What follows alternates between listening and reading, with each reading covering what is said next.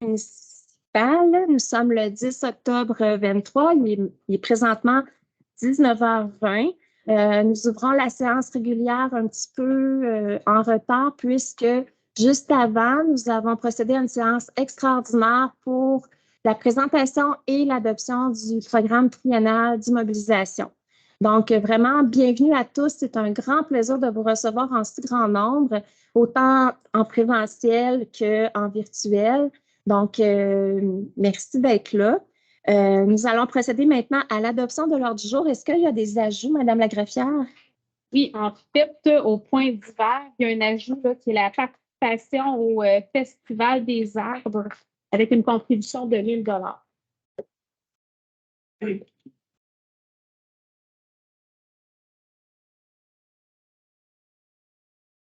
Est-ce que ça va pour tout le monde? Est-ce qu'il manque quelqu'un?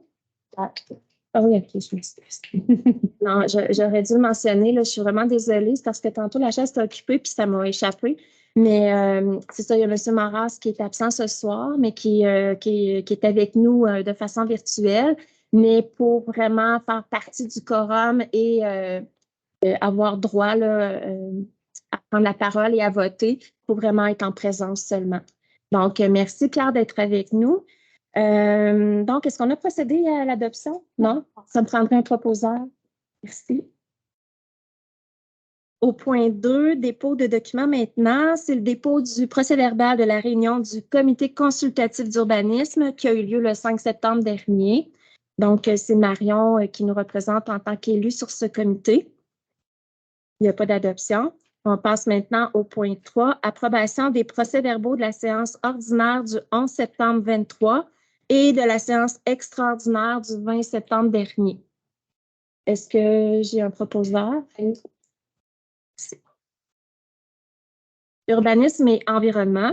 Point 4, demande de dérogation mineure. Donc, à ce stade-ci, je salue la présence des gens en urbanisme. Est-ce que vous êtes là, M. Barry, M. Gélina? Oui, bonsoir, Madame la mairesse. Bonsoir tout le monde. Bonsoir. Bonsoir à tous. Donc, est-ce que c'est Ghislain? Oui. Vous m'entendez bien? Ghislain, on ne t'entend pas. Bonjour. Oui, oui, Parfait. très d'entendre. Bonsoir, Madame la mairesse. Bonsoir tout le monde. Vous m'entendez bien, là? Oui, on vous entend bien, merci. Donc, nous sommes rendus au point demande de dérogation mineure. Au point 4, il s'agit du futur 13 065 rue des Campanules. Oui, fait qu'à l'écran, vous voyez bien l'écran aussi? Oui. Fait qu'on parle d'un terrain à Saint-Angèle, dans le secteur de la rue des Campanules. Pour vous situer, c'est à la hauteur du Mont-Bénilde, là, mais par l'accès sur l'avenue des Marguerites. Je mets le plan. Fait que le terrain qui est en rouge entouré ici, c'est lui qui est visé par la demande. La demande de dérogation mineure vise à autoriser la construction d'un bâtiment principal pour avoir le mur avant qui n'est pas sensiblement parallèle à la ligne avant du terrain. Le comité consultatif d'urbanisme recommande sans condition cette demande de dérogation mineure-là. Merci. Donc, comme je fais à chaque fois, là, vous pouvez intervenir dès maintenant. Si vous êtes un voisin immédiat de cette adresse-là et concerné par cette dérogation mineure. Si ce n'est pas le cas, ben, vous ne pouvez pas. Donc, je comprends que personne n'est concerné directement. Est-ce que j'ai un proposeur? Merci. Point 5 maintenant pour des demandes à la CPTAQ. Première demande, ferme Luclaine, enregistrée SENC. On est dans le secteur Saint-Grégoire sur le boulevard des Acadiens, au sud des Acadiens, à peu près où il y a des travaux présentement là, pour la réfection d'un ponceau. Ici, c'est la limite de Nicolet. Fait que la demande vise à morceler le terrain à partir du cours d'eau qui est ici vers le sud afin de le vendre à la terre qui est juste à côté. Donc, la demande, en fait, est conforme. À notre règlement de zonage, oui. Parfait, merci. Est-ce que j'ai un proposeur? Allez, hop. Donc, Tourini maintenant.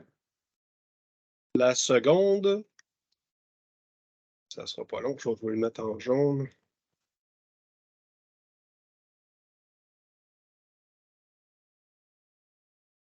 C'est la partie nord en face de l'autre. Toujours le même propriétaire. C'est de morceler la partie résidentielle et de vendre la partie agricole au producteur agricole qui est juste à côté. La demande est conforme à nos règlements d'urbanisme. Parfait, merci. Est-ce que j'ai un proposeur? Maintenant, nous passons à l'adoption d'un projet de règlement, point 6. Je vais retirer pour les 2 prochains points, conflit d'intérêt. Parfait, merci, ça sera noté. Donc, projet de règlement numéro 1726, modifiant le règlement de zonage numéro 334 pour encadrer l'hébergement touristique. Il y a 2 parties dans ce règlement-là. La première partie, c'est de définir les établissements de résidence principale, définir les établissements d'hébergement touristique, définir ce qu'est une résidence principale, définir ce qu'est un tourisme, tout ça dans l'objectif de normaliser les résidences de tourisme. La seconde partie, c'est afin de définir les normes et les zones qui seront visées par une interdiction. Les normes touchent seulement les résidences qui n'ont pas d'égouts domestiques afin de s'assurer que les installations septiques sont conformes pour ces résidences de tourisme-là. Parfait. Donc, est-ce que j'ai un proposeur pour le projet de règlement? Maintenant, on passe à l'adoption de premiers projets de règlement et chacun des premiers projets de règlement est identique. La seule chose qui les distingue, c'est la zone qui est identifiée dans chacun des projets. C'était beaucoup plus simple pour le greffe que chacun des projets soit adopté de façon distincte. Donc, en fait, ce qu'on vise comme conseil municipal, c'est de réglementer justement l'hébergement touristique temporaire et de y aller par les zones qui étaient visées par des requêtes citoyennes où vraiment on ne souhaitait pas de résidence touristique temporaire. Et également, on est allé en identifiant les zones où les résidences d'hébergement touristique étaient vraiment pas souhaitables. Donc, M. Barry, est-ce que vous voulez y aller en identifiant chacune des zones visées? Oui, la première à 7.1, on parle de la zone H01-156. La zone H01-156 est à Gentilly, derrière l'Intermarché, c'est l'avenue Croix-du-Sud. On oublie les premières maisons, mais où il y a le premier bloc appartement, aller jusqu'à la fin sur Constellation, cette zone-là, il y aura une interdiction de résidence de tourisme. 7.2, vous m'arrêtez si je vais trop vite. Toujours dans le secteur Gentilly, la zone... Attendez, je pense que je vais tout de suite demander un proposeur pour le 7.1. Merci. Pour 7.2, c'est la zone H01-162, qui est dans le secteur de Sirius, Sagittaire et Constellation. Toujours à Gentilly. Si je me recule un peu, c'est la limite sud-est du village, là, le lot qui sera développé sous peu, incluant la rue des Sirius. Est-ce que j'ai un proposeur? Le troisième projet. 7.3, on est sur la rue des Galaxies.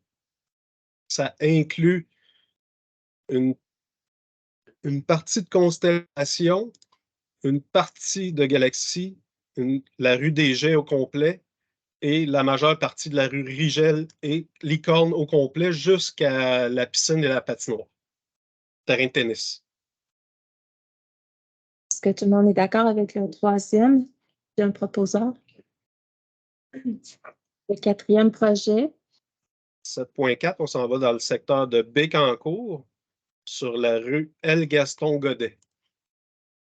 On a le parc qui est juste ici, fait que c'est le sud de L-Gaston-Godet,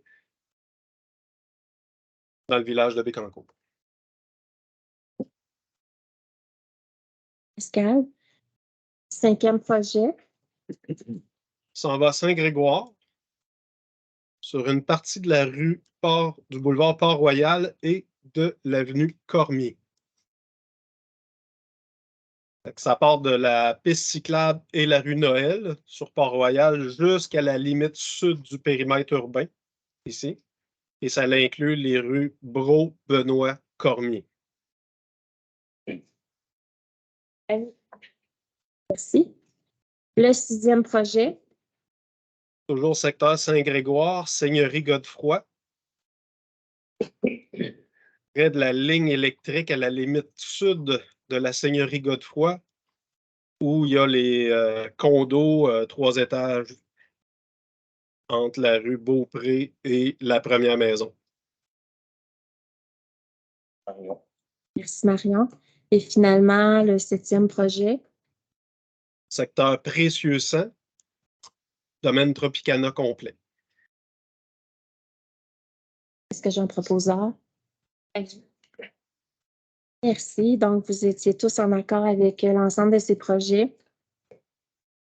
Merci, M. Barry. Donc, maintenant, pour l'adoption du second projet, modifiant le règlement de zonage 334 afin d'interdire dans les zones C03 336, 339 et une partie de la zone C03 346, les classes d'usage bi- et trifamiliales H2 et multifamiliales H3 pour les terrains ayant frontage sur le boulevard Bécancour.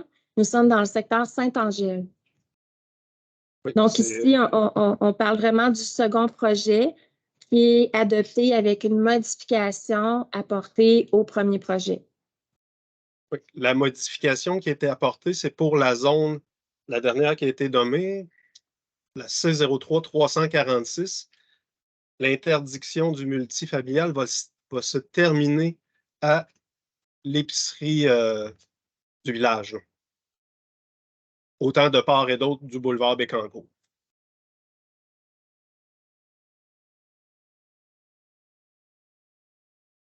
Parfait. Donc, est-ce que quelqu'un est prêt à proposer? Merci. Donc, il s'agissait vraiment de la deuxième lecture du règlement qui est faite suite à une première lecture et à une consultation publique là, lors du dernier conseil municipal. Maintenant, point 9, adoption de règlement. Le premier projet, en fait, est un règlement modifiant le règlement 491 relatif au plan d'implantation et d'intégration architecturale et le règlement de zonage numéro 334. Nous sommes toujours à Saint-Angèle-de-Laval. Oui, il y a eu une modification sur lui aussi. Il y a une zone qui a été ajoutée, c'est la zone comportant les propriétés de l'avenue des Tulipes et l'avenue des Azalées. Donc, merci, M. Barry. Est-ce que j'ai un proposeur? Merci. Et finalement, le projet de règlement modifiant le règlement de zonage 334 toujours, afin d'autoriser les bâtiments accessoires jumelés sur certains lots dans la zone H03 377.10. Nous sommes dans le secteur Saint-Angèle, Plateau-Laval. L'adoption finale, c'est sans changement. C'est dans le but d'autoriser sur les 2 premiers terrains ici, au plateau Laval, à partir de l'avenue des Jonquilles. Juste ici, on a le bassin de rétention des eaux pluviales.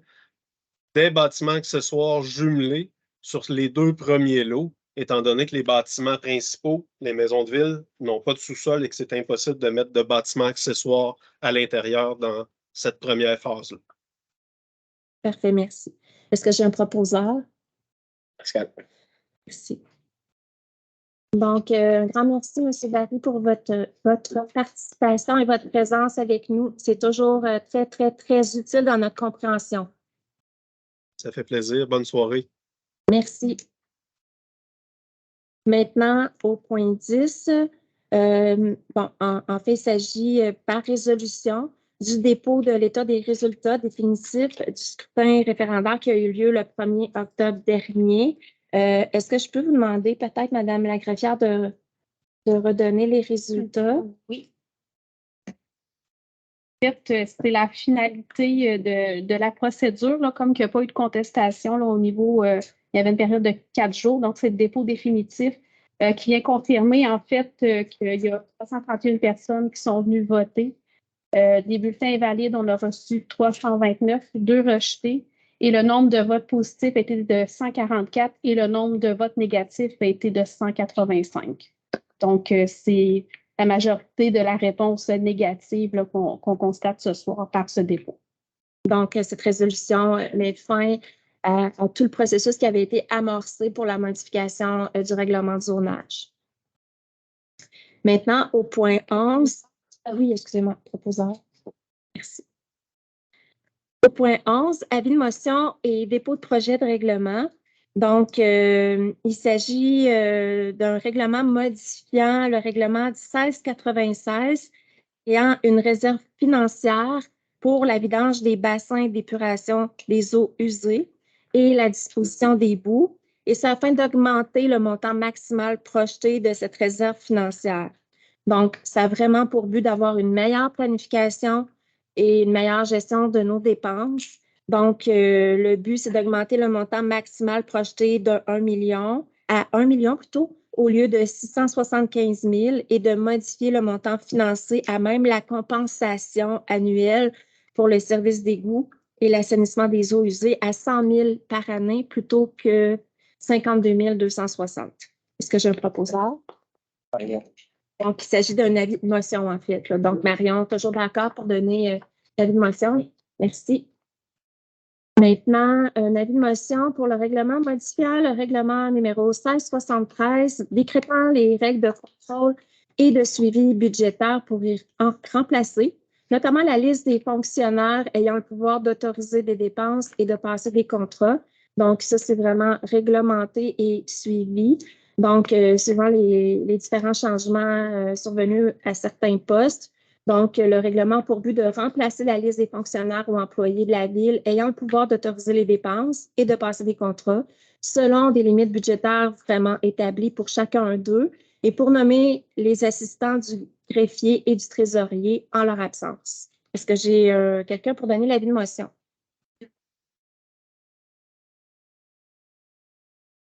Au point 12, une résolution pour octroyer le contrat pour nos assurances en cas d'erreur et omission pour les premiers répondants.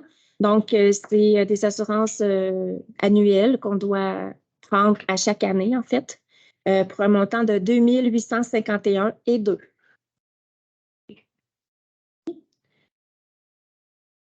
Également, on procède à l'adoption ce soir du calendrier des séances ordinaires du Conseil municipal pour l'année 2024.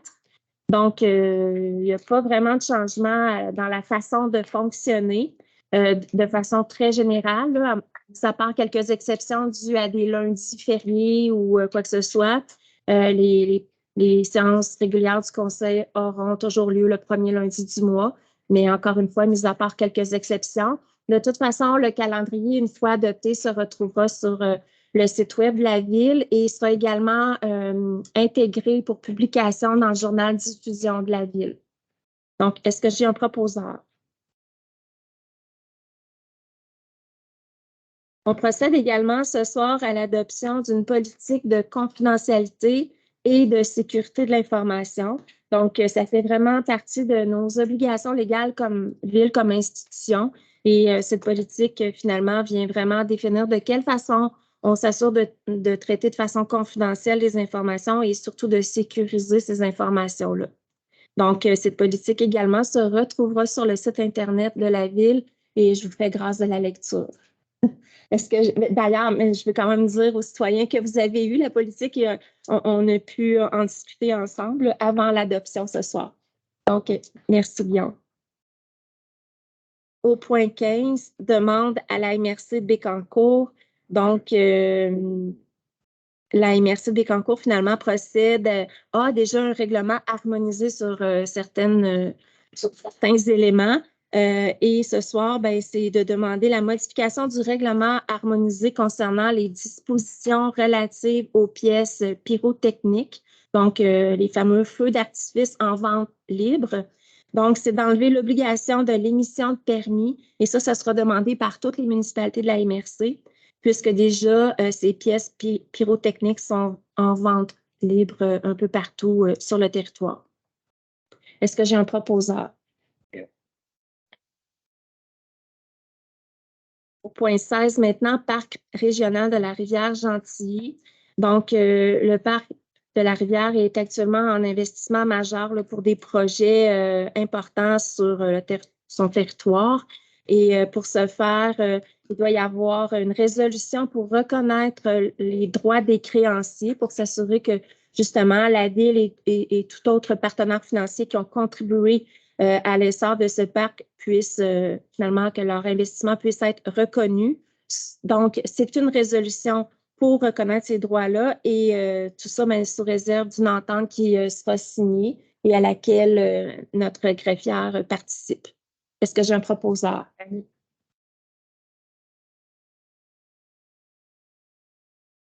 Au point 17, approbation de la liste des chèques à ratifier des comptes à payer au montant de 5 319 611,59. Donc, vous avez eu préalablement la liste des chèques et des comptes. Est-ce que j'ai un proposeur pour l'adoption? Rien.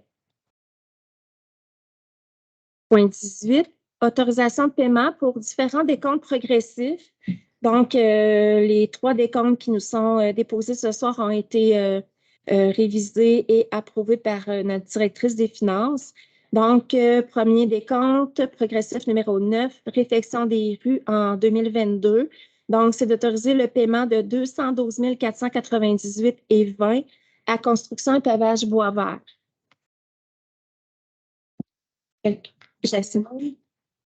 Point 2, décompte progressif numéro 5, travaux de renouvellement de conduite et de voirie sur le boulevard du Parc industriel et l'avenue des Cormiers dans le secteur Sainte-Gertrude. Donc, c'est d'autoriser le paiement de 1 767 043,79 à Groupe Gagné Construction Incorporée. Merci. Et finalement, le décompte progressif numéro 4, incluant la libération de retenue de 5 pour le déplacement de conduite d'aqueduc dans 3 sites situés dans les secteurs Gentilly et Saint-Grégoire. Donc, d'autoriser le paiement de 87 538,66 à André Bouvet. Bien. Merci. Au niveau du génie et des travaux publics, donc, point 19, octroi de contrat. Donc, nous procédons au remplacement du ventilateur blower cloche à vide. Là, je m'excuse, mais que personne ne me demande exactement c'est quoi, mais c'est à la centrale de traitement d'eau.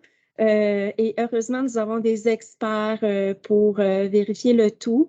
C'est d'accorder le contrat à Usipompe pour le prix de 5 459 et 2 taxes incluses. Est-ce que j'ai un proposeur?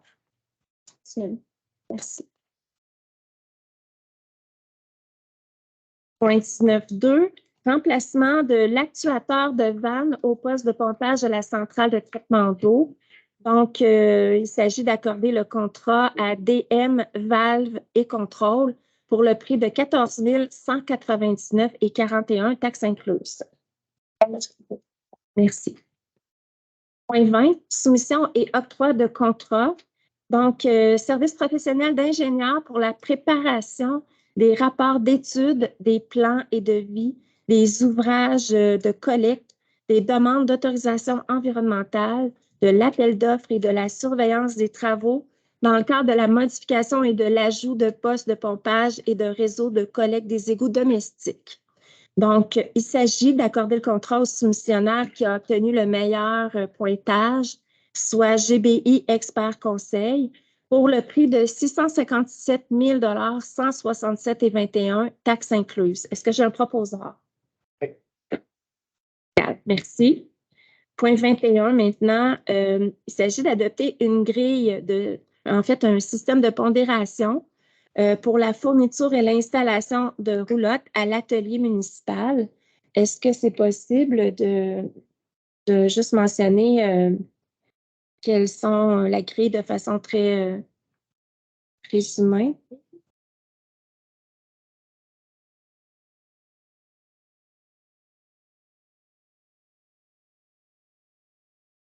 Donc, dans les faits, la grille, ce qu'elle va contenir, c'est un 20 points pour l'expérience du soumissionnaire, un 30 points pour la compétence, la disponibilité, l'organisation du soumissionnaire et du chargé de projet, un 30 points pour l'échéancier, présentation d'aménagement de qualité du prix et un 20 points pour le prix soumis, avec un effet d'attribution là, qui oscille entre 0% jusqu'à 100% là, selon s'il est qualifié d'excellent jusqu'à nul, en fait.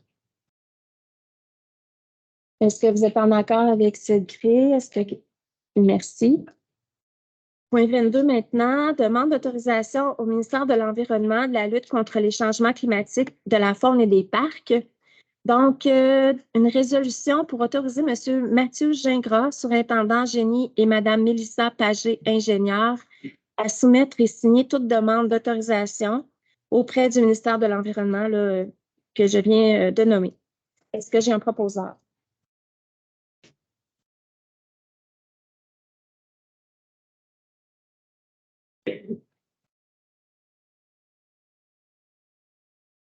Maintenant, service à la communauté. Au point 23, il s'agit d'une aide financière accordée au loisir Jean Lumiéry, qui est en fait les loisirs de précieux sang, et d'accorder une aide financière de 804,20 pour le projet de glissade hivernale à précieux sang. Est-ce que j'ai un proposeur? Pascal. Merci. Point 24, octroi de contrat. C'est l'achat de mobilier urbain destiné à divers parcs de la ville et d'accorder le contrat de gré à gré à Tessier Récréoparc pour un montant maximal de 108 000 $, taxes incluses.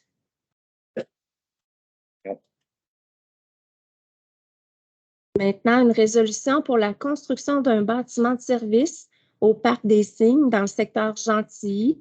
Donc, d'accorder le contrat de gré à Construction Étienne Desilets pour un montant maximal de 121 000 $. J'y vais de mémoire, c'est bien ça? Oui, c'est ça.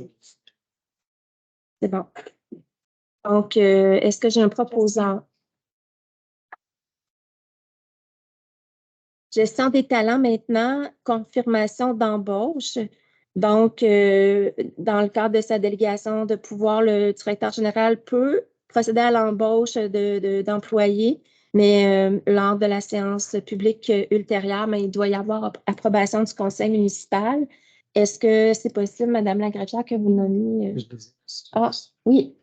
Donc, il s'agit de Dany Castillo. Est-ce que tu veux les dire? Oui. Mes yeux me jouent des tours. Dany Castillo, technicienne en comptabilité paye dans l'équipe des finances, qui a comme date d'embauche, qui a eu comme date d'embauche le 2 octobre et son entrée en fonction donc le 21 septembre. Et M. Ludovic Thibault, préposé à Rénal Bâtiment à temps partiel dans l'équipe du développement durable et de la planification avec une date d'embauche le 4 octobre. Merci. Est-ce que j'ai un proposeur? Léon. Au point 26 maintenant, modification de la date d'embauche de M. Jonathan Duval, préposé à l'Aréna et au bâtiment. Donc, on vient modifier la résolution 23-423 où il y a eu erreur de date identifiée. Donc, on modifie pour le 24 juillet au lieu du 31 juillet la date d'embauche de M. Duval. Est-ce que j'ai un proposeur? Pascal.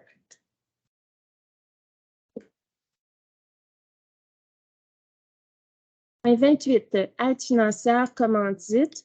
Donc, pour la Maison des jeunes de Sainte-Gertrude, d'accorder une aide financière. Ça va-tu? Oui, merci. Ah, OK, il y avait. Ah oui, excusez-moi, j'ai passé un point, désolé. Bon, on revient en arrière. Donc, le point 27, il s'agit de l'adoption de la politique de télétravail. Donc, qui vient vraiment bien encadrer et définir de quelle façon, dans quelles conditions le télétravail est permis et accepté pour nos employés à la ville. Donc, cette politique a été discutée par le conseil municipal, puis dès qu'adoptée, sera également versée sur le site Internet de la ville. Donc, est-ce que j'ai un proposeur? Merci. Donc, je reprends. Au niveau de l'aide financière et commandite, au point 28, la première demande est une demande de la Maison des jeunes de Sainte-Gertrude. Donc, c'est d'accorder une aide financière de 750 $ pour financer l'impression de pancartes identifiant les emplacements de dépôt des canettes. Est-ce que j'ai un proposeur? Merci. au point 2, transport des personnes de la MRC de Bécancour. Donc, il était là.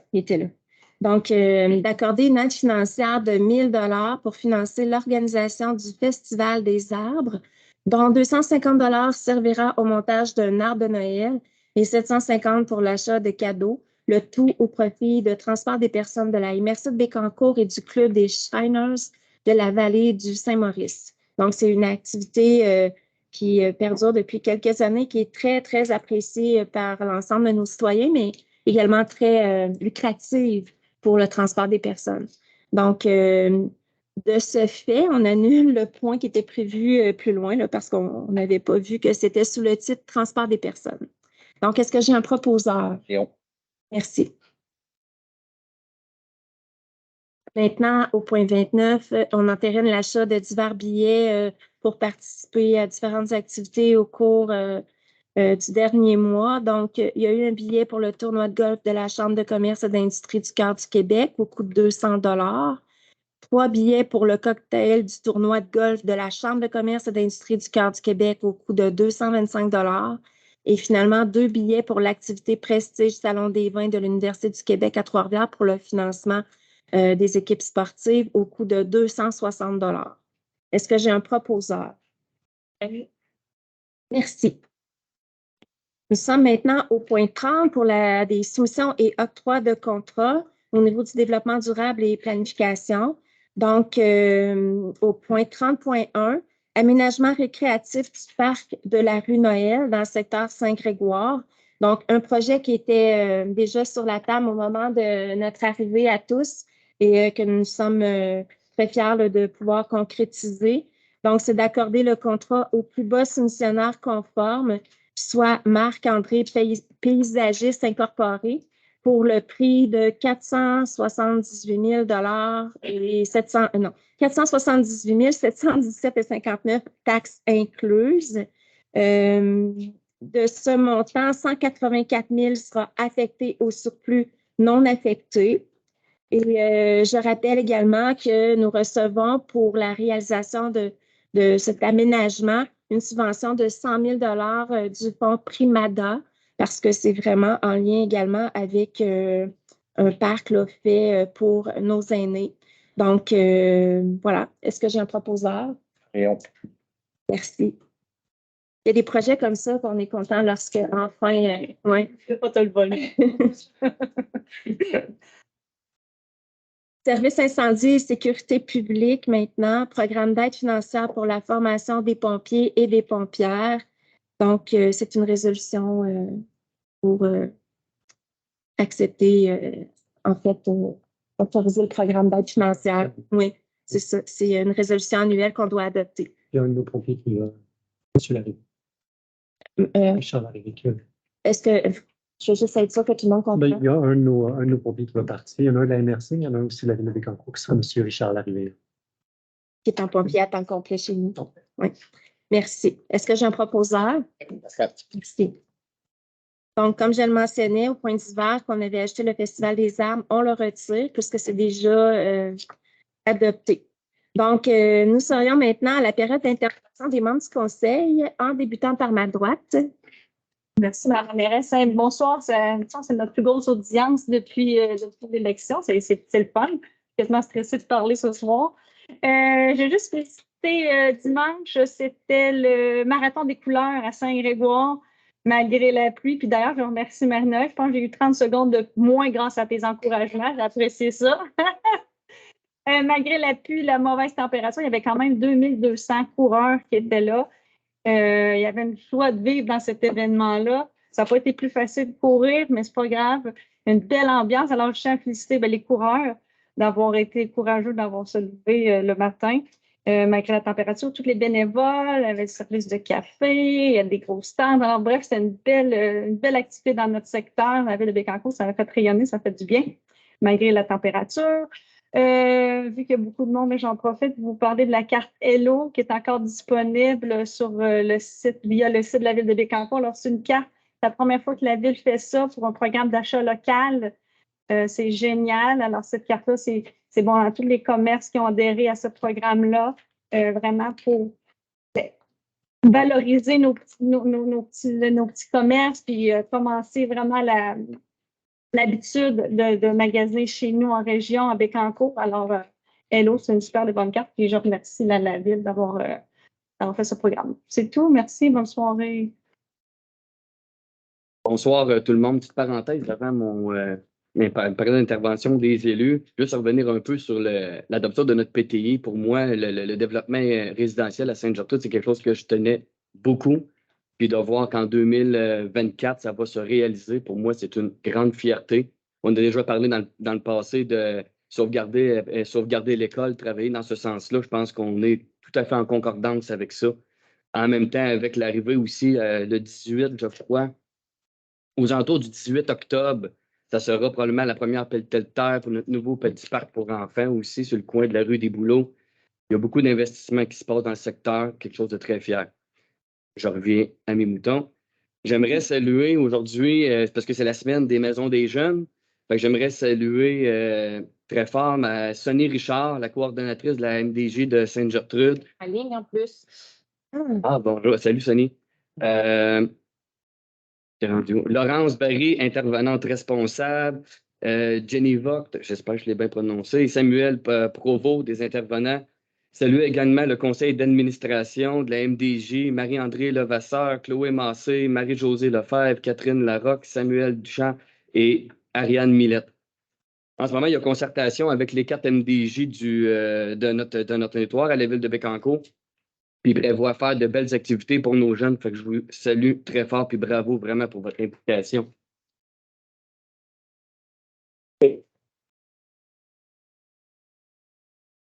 Suite de ça, j'aimerais vous inviter parce qu'il y a différentes fêtes d'Halloween à la ville de Bécancour, mais il y en a une à Sainte-Gertrude. Vous faites toutes des belles affaires à Sainte-Gertrude. Party d'Halloween, samedi le 28 octobre à la salle de Villers. Bon, venez vous amuser, c'est ouvert à tous à partir de 18h jusqu'à je ne sais pas quelle heure. Il va y avoir des collations, des breuvages, des boissons et des bonbons. Les deux faits ensemble, pas payé quand même, boissons et bonbons. J'aimerais remercier toute l'équipe encore des loisirs qui font un travail remarquable qui anime le village. C'est ça. On est toujours là pour supporter nos organismes, évidemment, à la ville. J'ai fait le tour. Merci. Merci, Guillaume. Mes points, je voulais féliciter Jasmine qui a fait le marathon des couleurs. Bravo, malgré la pluie, c'était très brave. Félicitations. Je voulais parler de la marche Pierre-Lavoie qui se tiendra le 15 octobre au Parc écologique de Godefroy. Donc, c'est important de s'inscrire en ligne. Vous pouvez passer par le site de la ville pour avoir accès à l'inscription. Ça commence à 9h pour les échauffements, très important si on ne veut pas être blessé. Et à 9h30, c'est le début de la marche. Et à titre d'information, actuellement, il y a quand même 250 personnes, là, plus ou moins, d'inscrits. Fait que super intéressant. Je voulais aussi vous inviter la nuit des sans-abri qui se tiendra le 20 octobre au Carré de la Vierge à Gentilly. Ça sera de 5h plutôt à 23h. Jasmine aurait aimé que ça soit une vraie nuit complète, mais bon, quand même, avant, on terminait vers 9h la nuit des sans-abri. Cette année, on va jusqu'à 23h. Habillez-vous chaudement, il y aura du café, de la soupe sur place. Venez jaser. L'idée, c'est d'un peu de vivre l'expérience d'une personne qui est sans domicilité. Et je voulais aussi finir en félicitant le Comité des loisirs de Précieux-Sang pour la fameuse glissade qu'on a tantôt adopté un petit montant. Je voulais dire quand même qu'ils ont travaillé très fort. Ils ont amassé quand même 50% de la facture avec de la recherche, de financement. Donc, ils sont super mobilisés. Je voulais leur lever mon chapeau. Je suis bien fière du Comité des loisirs de Précieux-Sang. Merci. Bonsoir tout le monde. Je voudrais féliciter le service d'incendie au complet avec les pompiers. Samedi, le 30 septembre, il y a eu une journée porte ouverte à la caserne ici à Bécancour. Ça a été une super belle journée familiale. Les enfants faisaient des démonstrations. Notre camion échelle était là.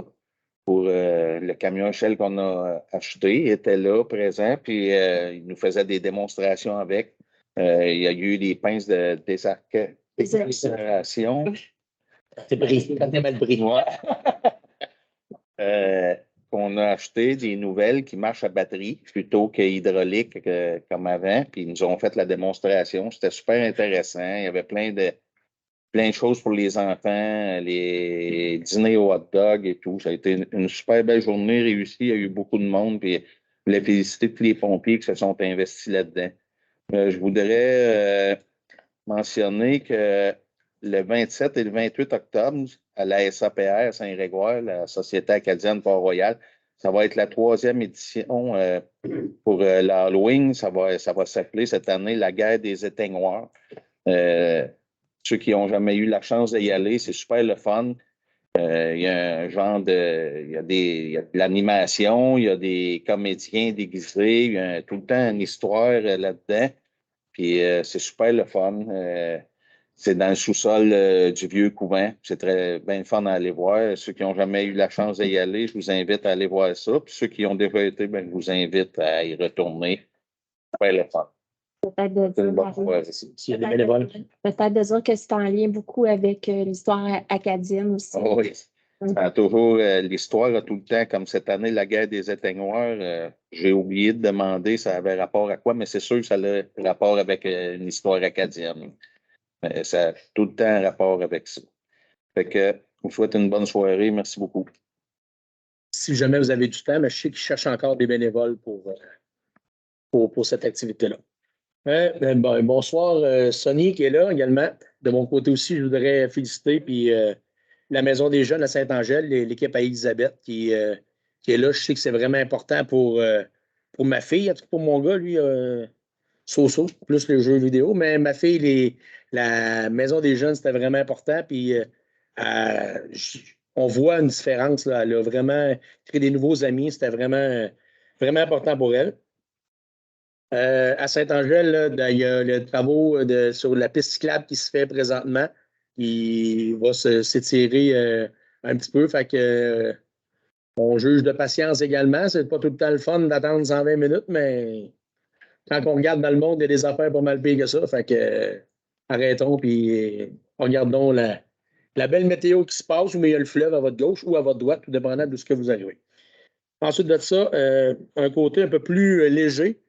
Féliciter, dans le fond, 2 petits gars du coin qui vont commencer demain, dont Zach Bolduc, qui va commencer, un petit gars de Saint-Grégoire, qui va commencer sa nouvelle carrière dans la Ligue nationale avec les Blues de Saint-Louis, et un petit gars de Sainte-Gertrude qui, ça a déjà été dit, qui a le plus dur métier après le premier ministre au Québec, celui de gardien de but des Canadiens de Montréal. Alors, Samuel Montembeault, qui devrait se faire voir là, pas mal dans les prochaines années. Merci beaucoup. On doit être fiers quand même, hein, parce que vraiment, on a des grands athlètes chez nous qui nous font rayonner. Moi, j'enchaînerais là, avec, comme je fais un peu à chaque séance régulière, un peu le wrap-up des travaux qui sont à Sainte-Gertrude actuellement. Donc, ça avance bien. J'en profite encore une fois, puis surtout qu'il y a quand même un certain nombre de citoyens de Sainte-Gertrude dans la salle ce soir. Donc, j'en profite encore une fois pour vous le dire de vive voix. Je l'ai dit souvent cet été, mais de façon virtuelle ou peut-être vous n'avez pas écouté les séances publiques du Conseil jusqu'à la toute fin. Mais je remercie encore une fois la patience, la compréhension, la collaboration des citoyens de Sainte-Gertrude. Actuellement, il y a des travaux de piste cyclable à Saint-Angèle. Je ne veux vraiment pas amenuiser ce que ça apporte comme désagrément, mais Sainte-Gertrude ont vécu vraiment une grosse période de travaux depuis le mois de mai dernier et ça s'étire probablement jusqu'à la fin du mois de novembre. On souhaite vraiment, puis jusqu'à preuve du contraire, ces travaux-là devraient vraiment se terminer cette année. Il y avait des légers délais de retard, mais jusqu'à maintenant, ce qu'on nous dit, c'est que les travaux devraient se terminer cette année. Vous savez, quand on a rencontré les gens en séance d'information, on a mentionné qu'il y avait des possibilités que ça puisse s'étirer jusqu'au printemps prochain pour le pavage. Mais là, jusqu'à preuve du contraire, ça devrait se faire. C'est des travaux que je vous rappelle d'investissement majeur à Sainte-Gertrude. Là, c'était à la hauteur de 9 millions de dollars. Actuellement, on sait qu'il y a une problématique liée à l'îlot qui avait été mise en place pour la sécurité routière, pour nos étudiants, pour nos piétons. Ça avait été identifié par le comité mobilité, certains citoyens aussi qui avaient participé à l'identification de cette solution. Il y a des discussions qui sont en cours actuellement pour voir comment on peut améliorer tout ça puis de s'assurer d'être en concordance avec nos activités agricoles qui sont très importantes pour nous sur le territoire. Donc, tout ça actuellement est en discussion. Puis, j'en profite pour vous rappeler que la meilleure façon de discuter avec votre ville, c'est d'appeler à votre ville et de ne pas régler vos choses par Facebook ou quoi que ce soit ou par des groupes de citoyens parce que ça ne donne pas des réponses précises puis ça ne fait surtout pas bouger les choses.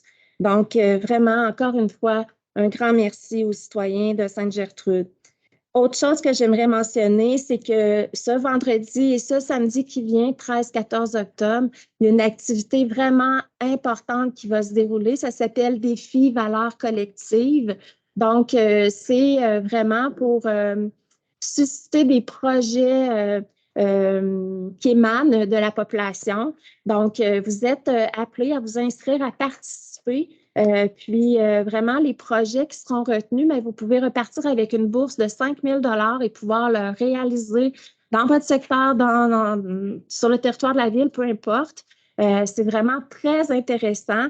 Il y aura des conseillers, vous serez soutenus pour réfléchir en groupe, en gang, pour vraiment faire en sorte que l'idée que vous aviez, le projet qui vous tenait à cœur et que vous souhaitez réaliser chez nous, sur le territoire de notre ville, puisse se concrétiser. Donc, vraiment, je vous invite à vous inscrire au défi Valeurs collectives qui se passe ce vendredi et ce samedi. Et finalement, je veux rappeler à nos citoyens toutes les interventions, les représentations que nous faisons auprès du ministère des Transports du Québec. On est préoccupé par bien des choses qui se passent actuellement sur les grands axes routiers qui appartiennent au ministère des Transports. Donc, je parle ici de l'autoroute 30. Ça fait l'objet de bien des reportages dernièrement. Je parle également de l'autoroute 55. On est toujours en attente d'une réponse, d'un suivi pour l'échangeur qu'on demande au niveau du chemin forêt. Donc, on est toujours sans réponse. Je parle également de la résolution que le conseil municipal avait adoptée pour sécuriser l'aménagement de la sortie là, de l'autoroute vers l'avenue Godefroy. On souhaitait vraiment qu'il y ait un aménagement du même type que celui qui a été fait du côté de l'avenue Port-Royal. Donc, on est toujours en attente d'une réponse également du ministère des Transports. Et ça, c'est pour ne nommer que ces 3 dossiers. Donc, soyez assurés que nous sommes très vigilants et qu'il n'y a pas une semaine que nous ne sommes pas sans parler au ministère des Transports, que ce soit pour l'un ou l'autre des dossiers. Donc, voilà, c'était les interventions que je souhaitais faire. Maintenant, la parole est à vous, chers citoyens. Période de questions.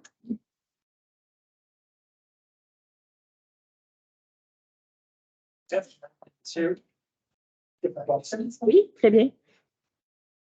Quand j'habite sur le chemin Leblanc, j'ai 3 très courtes questions par rapport à la circulation sur le chemin Leblanc. La première, quand je suis sorti de chez moi, je m'en reviens tantôt ici, on a passé une très grosse autobus qui allait du côté du casino, évidemment. Il me semble qu'une fois, M. Lamar, vous aviez dit que les autobus n'ont pas le droit de passer sur le chemin Leblanc. C'est une traque. C'est quand même vrai, là? Oui. Parce que maintenant, on en a vu une fois. Je voulais préciser ça. Merci. Une autre question, c'est par rapport dans votre PTI, vous avez mentionné l'élargissement de la rénovation du chemin Leblanc. Est-ce que c'est l'année en 2024? Non, 2024 va être vraiment consacré justement à l'étude qu'on doit faire et après ça aux plans et devis qui devront être faits avant de pouvoir procéder aux travaux. Puis en même temps, on est à la recherche de financement, puis on veut également en discuter avec le conseil de bande de Wallinac. Cet été, on a eu l'impression que c'était commencé, ça, les vérifications des courbes dont vous aviez parlé, là, parce qu'il y a des équipes avec des gens en génie civil là, qui arrêtaient assez régulièrement pour analyser des affaires. Mais je ne sais pas commencer ça dans le fond. Le mandat a été donné dernièrement, là, donc non, ça n'a pas commencé encore. S'il est en train de vérifier pour juste, mettons, comme chez M. Bernard Bergeron, ça, tu sais, où est-ce que c'est plus problématique, les courbes qui sont serrées, puis que Dans sa rencontre, ça débarque quasiment. On avait demandé un moment donné Il va y avoir un poussiérage. la grosse étude. C'est pour ça qu'elle allait voir ça. Ça va peut-être être des petites affaires comme ça, mettons, en attendant d'avoir la grosse étude puis les gros. Élargir le chemin, finalement. Quand on en venait tantôt, moi, je voulais à 83 km/h, on m'a dit qu'il se fait dépasser par deux personnes. Ils se dépassaient eux-mêmes, là. Et puis, ça en allait de ce côté ici. La troisième question. Je vais juste mentionner, c'est un chemin aussi que souvent je ramène à l'attention de la Sûreté du Québec. Mais il y a beaucoup de routes qui doivent être à l'attention de la Sûreté du Québec parce que la vitesse sur notre territoire, c'est partout, là. Oui, oui. Troisième question. Question que je vous ai déjà posée il y a à peu près 5-6 mois, quelque chose comme ça, c'était quand on vit sur le chemin de blanc, on sait qu'il y a beaucoup plus de véhicules qu'avant. On le sent, on l'entend, puis les gens allaient toujours dans le même sens la majorité du temps. Et quand je vous avais posé une question, parce que pour avoir déjà parlé avec Denis Sauvageau, qui déjà même dans l'ancienne administration avait commencé à poser des questions pour évaluer de combien que c'est plus. Est-ce que c'est plus et de combien? Vous m'aviez répondu, peut-être 5-6 mois, on a justement une étude qui s'en vient là-dessus. Est-ce que vous l'avez? Nous l'avons. On a eu des chiffres de circulation sur certains tronçons, là, à peu près une centaine de tronçons partout sur notre territoire. Mais ces chiffres-là, dont le chemin Leblanc, mais ces chiffres-là ne sont pas récents, en fait. C'est des chiffres qui datent d'il y a quelques mois, voire années. Donc, c'est pas, on peut voir qu'il y a une hausse de vitesse, si vous voulez, mais on ne peut pas avoir une idée de la fréquentation sur la dernière année, par exemple. On n'a pas cette précision-là. Moi, ce que j'avais parlé, c'est ce dont Dany m'avait parlé, c'est que la Ville se préparait à acheter des données à des compagnies qui utilisent les réseaux et tout ça, comparé avec des situations pré-pandémiques, pendant la pandémie et maintenant, des semaines, des fins de semaine, tout ça. Mais apparemment que le plan est fait pour acheter ces données-là et les obtenir pour avoir des réponses. C'est exactement ça. Donc, on a ces données-là, mais ces données-là, ce n'est pas des données qu'on peut avoir récentes. C'est des données qui datent d'il y a un certain temps. Puis à partir de là, on bâtit les comparaisons. Donc là, on a acheté la première base sur laquelle on va pouvoir se comparer. Puis l'année prochaine, on va pouvoir acheter certains tronçons en fonction de. Mais ce n'est pas des données, c'est pas les dernières données du mois, là, ça, c'est pas possible. Autrement dit, on est en train de se bâtir une base de données pour démontrer qu'il y a eu un accroissement de la circulation. Mais c'est juste pas disponible, ces données. En fait, on ne peut pas les acheter aussi facilement que ça, ces données-là. Les données qu'on a pu acheter, celles qui étaient disponibles, c'est des données qui datent d'il y a un peu d'années, quelques années. Vous n'êtes pas capable d'acheter depuis que le casino est ouvert ces fréquentations-là? J'ai pas les dates, j'ai pas la dernière année, par exemple. Je ne sais pas quand est-ce que le casino a été ouvert, mais je n'ai pas la dernière année. Parce que la compagnie ne les vend pas comme ça. Ça, je ne sais pas vous dire, mais il y a une question juste de disponibilité de la donnée. On aurait acheté les dernières si on avait pu acheter les dernières.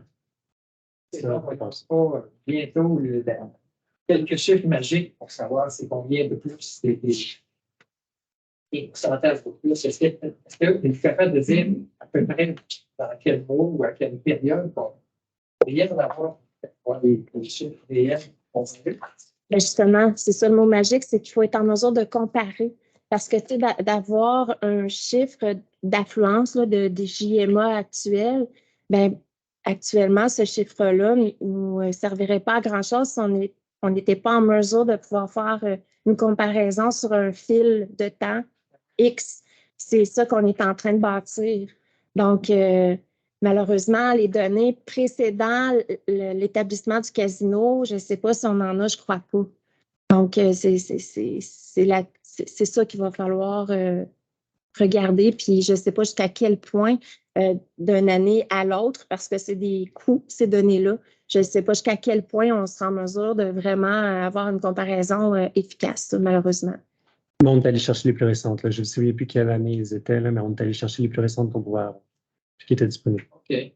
Ça va prendre du temps avant qu'on ait une réponse quand même. Mais chose certaine, par contre, nous, on procède avec l'étude pour sécuriser puis élargir le chemin Leblanc.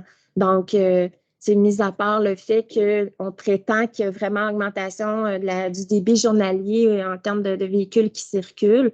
Mis à part ça, qu'on pourra démontrer au fil du temps, mais on procède de toute façon avec l'étude puis les travaux qui suivront. Merci. Bonsoir. C'est donc, je me présente, Bruno Castellas, agriculteur de Saint-Gertrude. Vous avez probablement vu mon nom passer sur les réseaux sociaux dans les dernières semaines.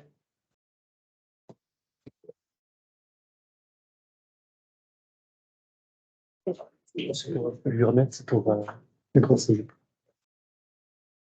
Donc, vous voyez, on est tous debout. On est tous du monde de Saint-Gertrude. On est réunis ici pour nous faire un rapport de notre insatisfaction face aux résultats des travaux qui se passent à Saint-Gertrude.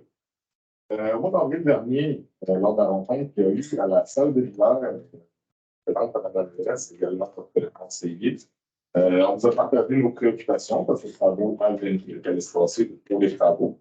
Et les membres du conseil ainsi que tous les représentants du groupe douanier l'entrepreneur des travaux, ils vont mentionner qu'ils étaient ouverts au dialogue à venir compte des préoccupations qu'on avait par rapport à ce qui peut se passer avec les travaux. Malheureusement, on constate que ces dernières semaines, votre écoute et votre logique face aux demandes des citoyens, ça ne tient plus tant ça. Les citoyens, les commerçants, les agriculteurs, les transporteurs et bientôt les déneigeurs, on se retrouve face à un sérieux problème. La circulation sur le boulevard est en train de devenir infernale. L'îlot, comme vous avez mentionné tantôt, ça donne bien de finir avec ça parce qu'on va en parler encore. Il faut plus que ça soit écrit à la lettre et avoir un petit cadre juste pour faire beau. L'îlot, le terre-plein, appelez ça comme vous voulez. C'est pas prévu sans rentrer. On n'en a jamais entendu parler. Ça s'est rajouté en affaires. On n'a jamais été mis au courant. On l'a découvert, comme quelqu'un qui a posé une vidéo là. Ça crée un gros problème de largeur disponible pour le passage des machineries agricoles et autres outils. Saint-Gertrude, c'est la campagne. On parle beaucoup de Bécancour. Bécancour, c'est relié au parc industriel. On dirait que c'est ça notre problème. Mais l'agricole est là. Saint-Gertrude, c'est la campagne. C'est pas rare de voir des équipements de 20 pieds, même plus larges que ça. Il faut traverser le village. Les agriculteurs, ils n'ont pas le choix. Il y a des propriétaires de terre qui n'ont pas le choix pour parler. On ne passera pas, je pense, sur le pont du lac de la rivière Antille. D'accord? Il faut passer quelque part. Le futur îlot, parce qu'on a appris ici qu'il allait y avoir un futur îlot à l'autre bout du village, côté de l'autoroute 20. Lui, il a encore moins sa place. C'est encore plus étroit que du côté nord. En plus de rétrécir les voies de circulation, il va empêcher l'accès au domicile de certains citoyens. Il n'a pas le choix d'aller s'orguer plus loin pour venir dans sa cour et ça. Avec nos machineries larges, puis on n'a pas l'interdiction de circuler avec nos machineries larges. Il y a des normes, des règlements par rapport à ça. On a le droit, c'est autorisé. Mais il faut qu'on passe. On n'a pas des listes sur le toit pour voler. On ne fait pas un hélicoptère. Il y a des galeries de maisons, des terrains, peut-être même des bonnes fontaines qui vont se faire accrocher à un moment donné. C'est nous autres, après, qu'on va passer pour des criminels, des ci, des ça. On passe tout le temps pour les méchants. Il ne faudrait peut-être pas ambitionner là-dessus. Le rajout de trottoirs et de certains murets qui n'avaient pas, des petits murets de béton, qui n'avaient pas avant, ça aussi, je comprends que ça fait beau peut-être, mais ça nous empêche, nous, de circuler quand il faut croiser quelqu'un, il faut se passer quelque part pour permettre la circulation aux autres véhicules. Ça va être dangereux pour nous aussi, là, parce que oui, il faut qu'il y ait la place pour l'autre véhicule qu'on passe, mais nous, quand on embarque sur un trottoir, on peut fendre des pneus, on peut briser nos équipements, tout ça. Et je pense que ce bout-là a été un peu oublié. L'épicerie, notre dépanneur, le trottoir sur le coin de la rue, puis le devant de l'épicerie, là, mon Dieu, ça va. Pas fort. Ça empêche un accès pratique au stationnement. Dans le fond, il y a beaucoup moins de monde qui peuvent se parquer, se stationner comme avant. Avant, c'était beaucoup plus accessible et simple, selon moi. Et puis, avant, le trottoir était de la même hauteur que la chaussée. ça accommodait tout le monde. Autant les automobilistes, les camionneurs, des fois qui arrêtaient là, venaient vite se chercher à l'homme, puis là, du bon repart. Et aussi des déneigeurs. Le trottoir au coin de la rue, en face de l'anciennement la quincaillerie, ça aussi, c'est une problématique pour les automobilistes. Les camions de livraison, ça circuler là, parce qu'il y a encore un commerce qui est là. C'est pas évident de se rendre là. Surtout avec le trottoir, la manière qui a été faite, c'est vraiment problématique. Même deux simples voitures ont beaucoup de misère à croiser à ce niveau-là. Et puis, le fait d'embarquer sur le trottoir, descendre la marche un peu sec, là aussi, c'est dangereux de briser quelque chose, que ce soit des pneus, aussi des bacs, des rimes, peu importe. C'est problématique, ça. Donc, ça, je ne sais pas si quelqu'un qui avait mentionné ça ou on n'a pas été consulté. Là, une fois de plus, le trottoir, avant, il était au même niveau que la chaussée. Je ne sais pas, mais il me semble que ça se passait très, très bien. La route, vous nous aviez assuré à la réunion au mois d'avril que la route ne serait pas plus étroite qu'avant. On l'avait dit, on vous l'avait dit, on a besoin de tous les centimètres qui sont déjà, Paul, les diminuer. On a besoin. Et ça aussi, là, je trouve que l'ouverture a été oubliée à ce niveau-là. Je m'excuse, peux-tu vous poser une question? Oui. Tu sais, quand vous dites l'ouverture est oubliée, il n'y a pas eu d'écoute, est-ce que vous avez communiqué avec la Ville pour parler de l'ensemble de ces situations-là ou c'est la première fois que vous nous déposez vos revendications? Non, mais moi, j'ai appelé à la Ville, j'ai parlé avec le groupe Gagné parce que c'est eux autres qui sont là principalement. Oui, mais l'entrepreneur, mais est-ce que vous avez appelé la Ville, directement la Ville de Bécancour? Moi, j'ai appelé à la Ville pas au début des travaux. Mais pour ça ici, là. Oui, j'ai appelé, vous avez probablement vu mon post sur Facebook que j'ai fait le 1er octobre. Non, mais je n'ai pas vu votre. J'ai appelé plusieurs fois la Ville, le mardi aussi. Okay. Je suis tout le temps tombé sur des répondants. Je n'ai jamais eu de réponse à ce propos-là. Donc, mais est-ce que vous avez donné un message? Vous avez demandé de parler à quelqu'un ou vous avez raccroché? C'est mon message à la personne. Et puis. Mais c'est ça, parce que je vais. Mon nom de téléphone. Il y en a plein d'autres ici qui ont téléphoné, aussi, qui ont parlé de la problématique. C'est parfait. Je veux juste comprendre parce que, tu sais, quand vous dites qu'on n'a pas eu d'écoute puis d'ouverture, je veux juste m'assurer que, tu sais, je vais vérifier là, si vraiment. Pourquoi il n'y a pas eu de retour d'appel à vos messages. Là. Je veux juste m'assurer de ça. Donc, on vous demande de rectifier les points que j'ai mentionnés. Vous pouvez lire tous les documents. Pour faciliter le travail des agriculteurs, d'assurer le passage de tous les véhicules et de rendre sécuritaire le déplacement des Bécancour dans le secteur de Saint-Jean-Claude. Parfait, c'est bien noté. Puis d'ailleurs, pourriez-vous me rappeler votre nom, s'il vous plaît? Bruno Castella. Mais, Monsieur Castella, si vous êtes d'accord, on va communiquer avec vous et on va faire une rencontre spécifique pour l'ensemble des problématiques que vous avez identifiées. Puis, s'il y a d'autres personnes en agriculture qui souhaitent se joindre à vous, mais ça serait vraiment intéressant là, parce que c'est vraiment le moment de parler de ça. C'est ça.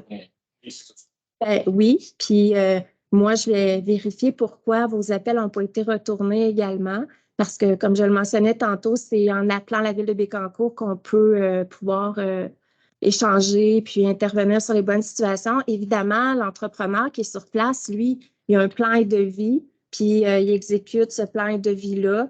Donc, ce n'est pas tant lui qui interagit avec les citoyens, là. C'est ça que je veux dire. Oui, c'est ça. Vous voyez les affaires, quelque chose, n'hésitez pas, venez nous voir directement en personne. On va jaser, c'est ce qu'on a fait. Donc, bon, c'est un exemple comme le fameux îlot. Pourquoi ça a été rajouté par la suite? Vous auriez peut-être pu en faire une émission avec l'air quelconque sur le Facebook de la Ville ou d'une autre façon. Probablement qu'il y aurait eu des réactions par rapport à ça, ce qui aurait été bien avant que ça se fasse. Oui, mais là, il faut comprendre que ce n'est pas terminé.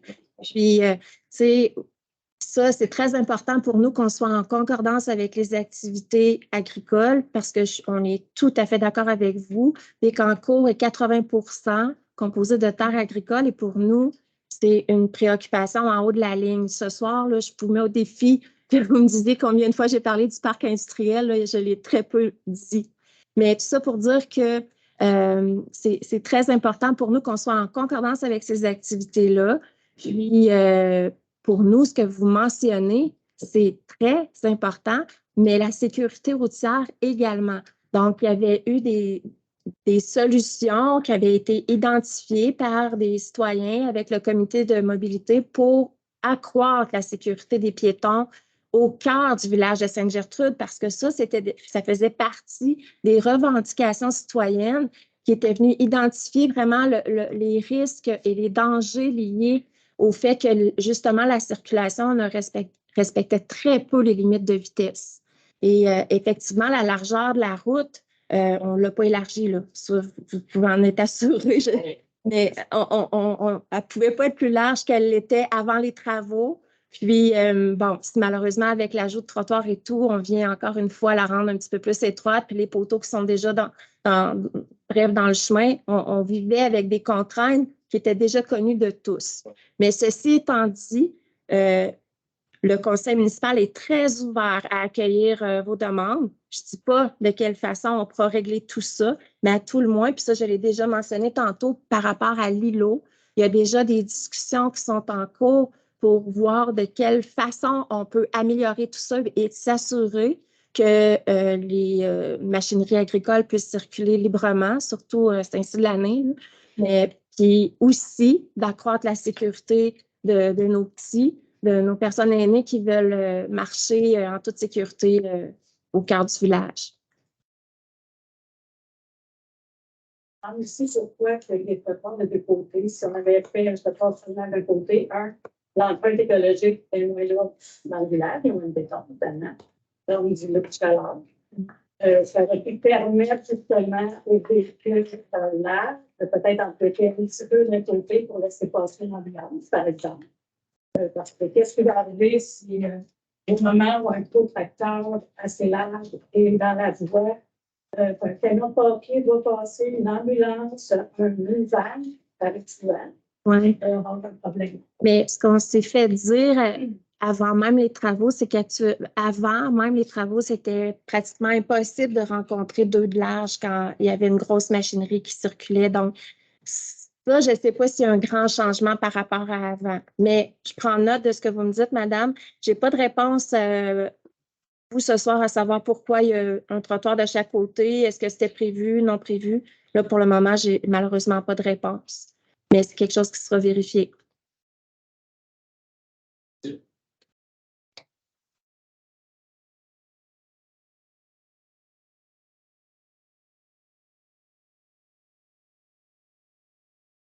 Je peux me permettre, j'appuie tout à fait les revendications. Ce que je peux ajouter, c'est que les agriculteurs, on est très pris et puis on n'est pas toujours là au bon moment aux consultations. Je pense que je dois faire accompli, mais on un peu plus entendu ou compris. C'est sûr qu'il faut se manifester, mais comme on vient de le dire, il y a des choses qui avaient été discutées au mois d'avril qui ont été respectées. Il y a un autre point que je veux avoir précisé, moi, qui me choque, c'est d'avoir des poteaux d'hydro bétonnés dans le trottoir. Franchement, les travaux ont été retardés d'une année. Venez pas me dire que vous n'auriez pas pu vous arranger en tant que personne responsable des travaux pour déplacer ces poteaux. On a l'impression d'être à Cuba ou je ne sais pas. C'est toute une procédure, un photo d'Hydro-Québec avec Hydro-Québec. Et dans les discussions avant. Ça ne veut pas c'est ça.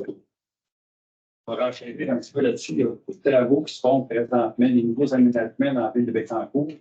Puis souvent, on se retrouve avec des problématiques, mais après. Je pense qu'on devrait avoir quelque part une place où la personne, même anonyme, peut se lever la main, mais être entendue. Ma mère, qui a 88 ans, là, elle reste à Sainte-Gertrude. Ben, si elle avait eu une place pour manifester ce qu'elle a vu, là, un trottoir qui est arrivé devant chez eux, elle dit ça, elle dit, je suis courant de ça, il y a très, très du ciel. Elle dit, qu'est-ce qu'ils vont faire avec ça? C'est un trottoir, ça n'a pas marché. Elle en a pas besoin. Tu sais, elle m'a dit ça un petit peu bêtement, mais explique-moi ça. Ben, il y a une industrie en avant, elle dit, on aurait l'arrêté, tu sais, toutes les problématiques qui arrivent, comme le chemin Leblanc, On va l'élargir. Élargir une rue, là, ben, c'est sûr que le monde va rouler plus vite. Faut que tu règles ton problème de vitesse avant de régler ton problème de rue. Si ça roule trop vite, ça prend ou des stops, ou des ronds-points, ou des dos d'âne.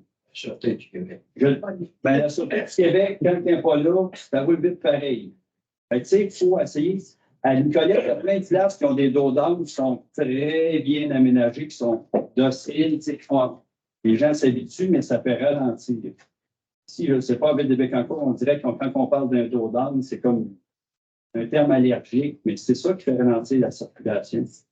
Ça prend des choses coercitives. Si tu élargis le chemin Leblanc, là, je peux te garantir que ça va rouler encore plus vite.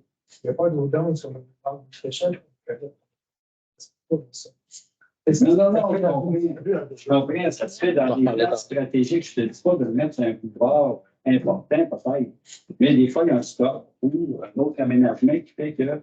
Mais c'est sûr que si tu rétrécis le chemin, tu dis on va faire ralentir le trafic parce qu'on met un bloc de ciment au centre, ça rend juste la rue plus dangereuse. Que les gens s'habituent, ils roulent quand même très vite. Et on a souvent aussi des plans qui arrivent conduits par des ingénieurs qui sont qualifiés, qui sont à l'extérieur, mais qui ne répondent pas à nos besoins. Les besoins agricoles, si ça avait été un fermier qui s'était assis avec l'ingénieur, probablement qu'il l'aurait su tout de suite. Il aurait dit, ben là, tu veux qu'on va passer où? Mais c'est réalisé quelque part dans un bureau qui est hors de la ville de Bécancour. Comme tu l'as dit, la ville de Bécancour, c'est un milieu agricole, quasiment à toute la grandeur. Il faudrait être à l'écoute de ça. Ce matin, il y a eu un petit empire Nico en avant de chez nous. Là. Mais si c'était réalisé le plan comme il va peut-être se réaliser, une aberration totale dans ce plan-là. Qui l'a réalisé? Je ne le sais pas. Je vais peut-être me manifester à la ville, je vais y aller, je vais faire les démarches. Mais si la personne n'est pas consciente, moi, j'ai travaillé 30 ans en santé et sécurité. Il y a des choses que je vois qui se réalisent, qu'on peut corriger. Il y a d'autres choses, des fois, consulter le contracteur ce matin, je suis allé le voir, puis il m'a dit, moi, c'est sûr que je n'aurais pas fait ça de même. C'est la plus belle personne à consulter. Quand tu présentes ton plan, tu demandes au contracteur, qu'est-ce que tu vois là-dedans qu'on devrait changer ou qu'on ne devrait pas faire? Il va te le dire. C'est la personne la plus qualifiée, c'est le contracteur qui réalise. Il n'est même pas consulté. J'en prends bonne note, M. Beauchamp. OK. On va parler maintenant dessus. Merci. Moi, je fais partie du conseil d'administration de la Maison des Jeunes de Saint-André. Je remercie Pascal d'avoir mentionné cette Maison des Jeunes, l'ensemble de la Maison des Jeunes. Je remercie aussi qu'on a acheté un terrain substantiel de plus, pour rencontrer Elisabeth, puis on a eu congé de taxes. Fait que merci beaucoup au conseil de ville de nous avoir accordé ça. On était supposé réaliser sur ce terrain-là un petit bâtiment de 18 par 20 cette année. Mais pour des raisons financières, on ne pourra pas. Ça va se faire peut-être l'année prochaine ou l'autre année, mais on avait quand même un an pour le réaliser. Fait que là, c'est sûr que je vais demander au conseil de nous permettre de fignoler notre projet et pouvoir le réaliser une année subséquente. Parce que là, on avait comme un deadline et on ne l'a pas respecté. On ne va pas perdre notre droit de faire ce petit bâtiment-là. On ne peut pas le réaliser cette année, on n'a pas les sous. On a la moitié de ramasser, mais on a fait de fignoler ça. Je pense que ça devrait être capable de finir ça pour l'année prochaine. Puis, je voulais savoir aussi pour Halo, de choses d'achat local, je n'avais pas su la réponse, voir s'il y avait une date de fin, mettons, qu'on achète pour le montant donné. Y a-t-il une date de fin d'achat?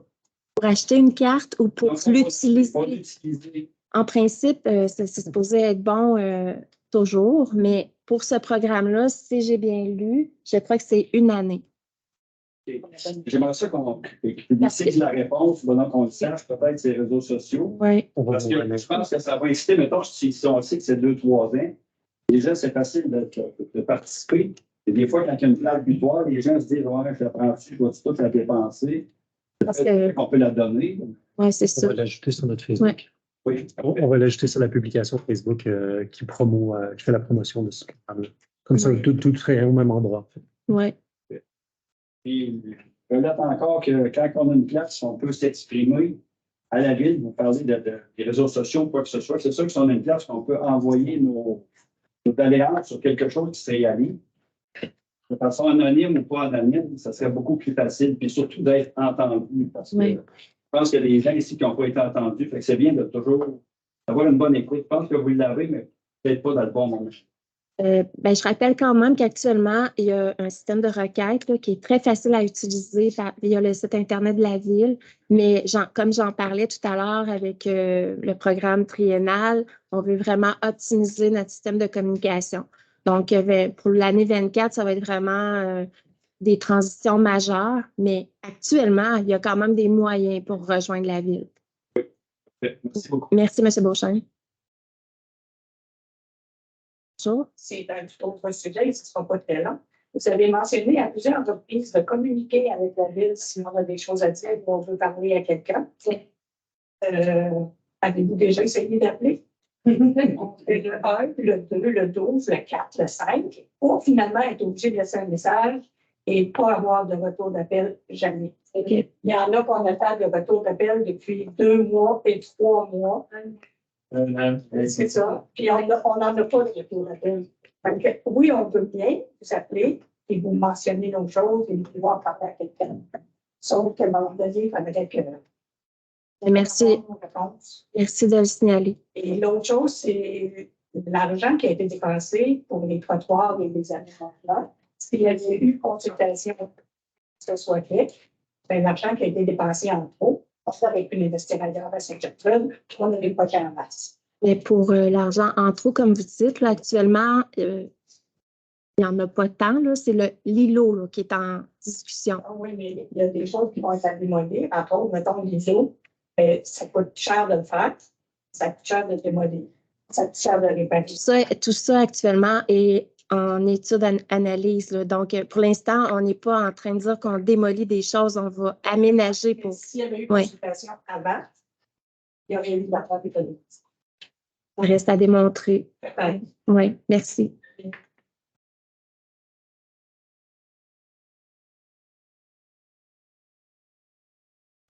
Concernant l'îlot, moi, j'aurais bien aimé être informé parce que les gens qui sont dans le cours, ils viennent sortir de la cour pour te demander côté nord. Il y a des héros dépanneurs pour reprendre notre bar. Je vous dire, ils ont mis 5 pieds de gravier sur mon côté pour laisser passer les gens qui sont plus là. C'est tout beau tout. Bonjour.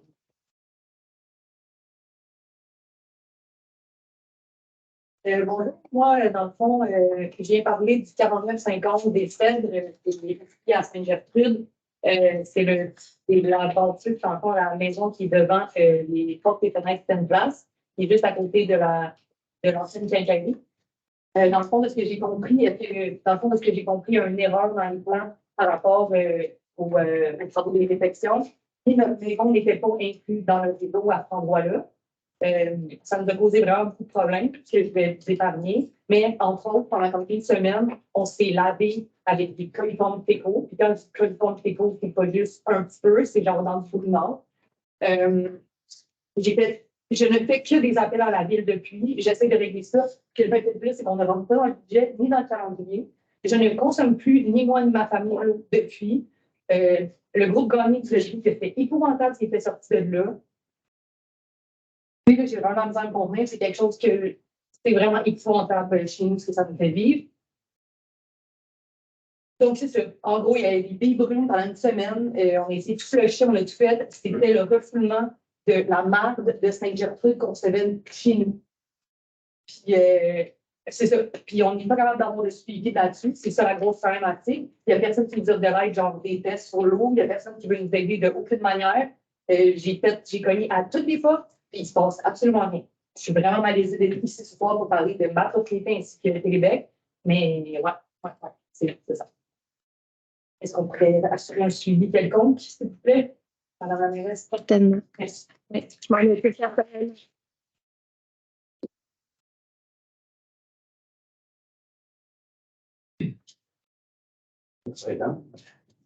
Normalement, il demeure 35 minutes sur la méthode.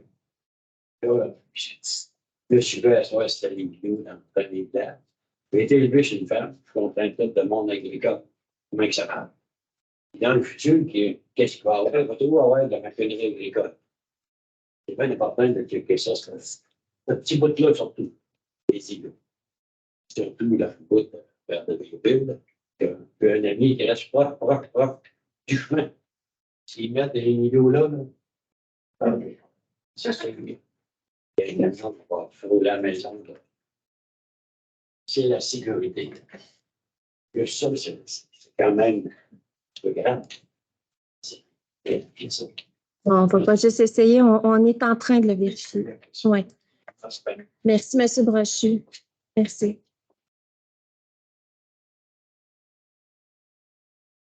Non, on va bien. Dans un autre ordre d'idée, c'est une vieille histoire. J'avais 3 questions assez rapides. Premièrement, on a un terrain en Seigneurie Godefroy qui a été soumis à référendum pour savoir si il y a un besoin. Ça a été refusé par les gens du quartier. Est-ce que ce terrain-là, dans un futur média ou dans le court ou moyen terme, est-ce qu'il peut être resoumis? Demande un rezonage si un autre projet qui intéresse la ville. Première des choses, M. Richard, il faut comprendre que même si la ville est garante d'un processus de modification de zonage, la ville n'est pas promotrice. Donc, quand vous dites si un projet intéresse la ville, c'est pas tout à fait comme ça que ça fonctionne. C'est que lorsqu'un promoteur arrive ici et dépose des plans, si c'est pas conforme au règlement de zonage en cours, on se doit de l'accompagner et de voir de quelle façon on doit modifier notre réglementation pour répondre à son projet qui, lui, quand même, doit être conforme là, à toute autre règle existante. Donc, ça fait partie, si vous voulez, des démarches qu'une ville doit observer lorsque un projet qui lui est soumis ne concorde pas au règlement de zonage en cours.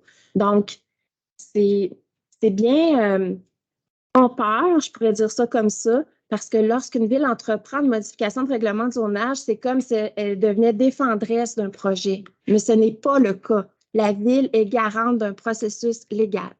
Donc, c'est ce qu'on a fait dernièrement avec l'ensemble de la démarche, là, puis qui s'est avéré finalement être rejeté pour la modification. Donc, c'est trompeur parce que vous avez fait une présentation qui était exactement le même projet que le promoteur nous a présenté un peu par. Ben oui, parce que ça fait partie des consultations et même on a ajouté des démarches de consultation pour informer les citoyens sur le projet qui était déposé à la ville. Mais il y a eu la présentation faite par la ville, mais il y a eu aussi la présentation faite par le promoteur où la ville n'était pas du tout présente. Et là, ça, c'est 2 choses, là. Mais pour répondre à votre question, est-ce que là, il y aura d'autres demandes de modification? Je ne peux pas vous répondre en date d'aujourd'hui parce que ce terrain-là appartient à un privé. Puis, si éventuellement, ils souhaitent développer un autre projet, parce que c'est sûr que ça ne pourrait pas être le projet de même nature, mais il faudra que la ville reçoive le projet, l'analyse et fasse le suivi auprès de ce promoteur-là et les démarches nécessaires si jamais il faut modifier le règlement de zonage. Donc, bref. Ça peut continuer comme ça. Éternellement. Éternellement, c'est quand même beaucoup de travaux là, pour une ville. C'est sûr qu'actuellement, il y a quand même un certain nombre de propriétaires de terrains qui souhaitent développer. Il y a actuellement, comme vous le savez, une croissance de la ville de Bécancour et effectivement, les propriétaires de terrains souhaitent développer et vendre leurs terrains. Donc, on est dans cette fenêtre-là. Parce que ouais. Savoir si suivant le référendum, ça mettra un stop à tout projet. Il peut se construire des maisons sur ces maisons. Oui. Mais quand on dit rezonage, c'est modification de zonage, là. Mais ça ne veut pas dire qu'il n'y aura pas de nouvelles demandes qui n'amènera pas un processus de modification de règlement de zonage. C'est comme ça que ça fonctionne sur la loi de l'aménagement du territoire. Deuxième question. Je sais qu'on a eu des problèmes dans le quartier de refoulement d'égouts, comme vous le savez. Du côté Godefroy, c'était pas d'égout, c'était les pluviales, le pluviaux. Il y avait-tu une étude en cours qui regardait si le réseau était peut-être un peu trop désuet, surchargé, pour éviter que ça arrive dans le futur? Et surtout, si on pense ajouter beaucoup d'unités de logement sur le réseau existant. Ben, là, on parle du secteur Godefroy, puis il n'y aura pas d'ajout de beaucoup d'unités d'habitation. Mais actuellement, l'étude qui a été réalisée démontre qu'il y a une capacité possible pour accueillir de nouveaux unités de logement. Mais ce n'est pas là que je vais aller, mais c'est surtout le fait que vous savez que la Ville a quand même procédé à l'embauche d'un plombier indépendant pour aller vérifier chacun des cas où il y a eu refoulement de pluvial. Puis, on attend le résultat de tout ça. Mais sinon, il faut comprendre que les pluies du 13 et 16 juillet, c'était des pluies exceptionnelles. On était, selon Environnement Canada, l'une des deuxièmes municipalités au Québec à recevoir autant d'eau dans une période si courte. Donc, il y a ça aussi qu'il faut tenir en compte, là. Donc, pour ce qui est des installations, je sais qu'il y a quand même des analyses ou des études en cours parce qu'il y a des réclamations à la Ville. Donc, je ne sais pas jusqu'à quel point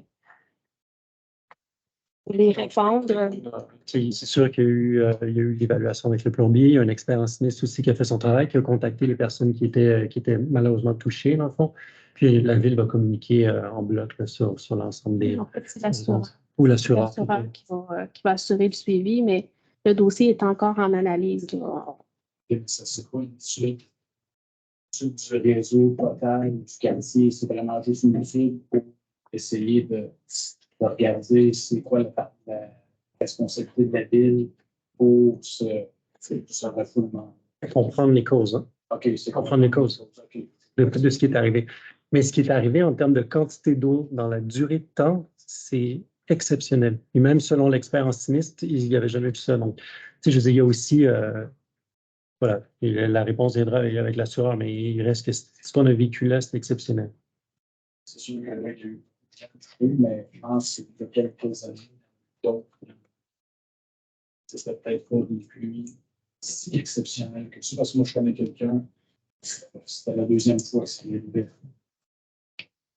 Qui est resté c'était sur 2 fois des pluies exceptionnelles. C'est ça. C'est pour ça que c'est embêtant de parler de ces cas-là, parce que c'est multifactoriel, puis il y a des causes très différentes selon la résidence touchée. C'est pour ça que c'est difficile pour nous d'exposer ça publiquement, parce que oui, il peut y avoir une part de responsabilité qui appartient à la Ville, mais il y a quand même des inspections qui ont été faites pour chacune des résidences où il peut y avoir aussi d'autres problématiques. Donc, chacun des citoyens touchés là, vont être contactés. Il y a une maison qui se bâtit chez Catalan, Chambéry. C'est un chantier qui dure au moins 2 ans. Je ne vais pas trop exagérer. Donc, j'ai pas mal l'impression que c'est 2 ans. C'est une maison très haute qui est déjà passée à hauteur. Ça doit déranger le voisinage pas mal. Et en plus, c'est un chantier depuis 2 ans. C'est comme 2 sources de dérangement des voisins directs. Puis ce que je voulais savoir, c'est la Ville, y a-t-il un délai quand quelqu'un construit quelque chose comme ça? Est-ce qu'il peut construire pendant 10 ans? Ou à un moment donné, vous dites, là, mets un terme à ton projet, ça commence à... Là, je serais vraiment embêtée parce que c'est mes collègues à l'urbanisme qui pourraient plus vous répondre. Là, je sais qu'un permis de construction, normalement, c'est bon 1 an. Ça peut être renouvelé, mais là, est-ce qu'il y a un délai pour compléter? Là, ça, c'est une excellente question. Puis, je pense qu'il va falloir vous revenir avec la réponse. Je ne veux pas m'avancer sur quelque chose. On va envoyer des inspecteurs aussi pour être sûr de voir ce qu'il y en a. Parce que moi, je suis pas un voisin direct, mais il a posé un chantier comme ça. Ça va être très désagréable. Je voulais savoir s'il y avait un chiffre construction. Sinon, moi, j'ai été appelé à la ville et réponse des services d'urbanisme. Oui, oui. On peut recommuniquer avec vous, M. Richard, si vous préférez. Oh, non, je peux appeler. Parfait. Merci. Merci. Donc, ça met fin à la période de questions. Est-ce que j'ai quelqu'un pour lever la séance? Merci. Donc, merci de votre présence ce soir. Donc, les suivis qui ont été annoncés seront faits. Et revenez en grand nombre le mois prochain. Merci.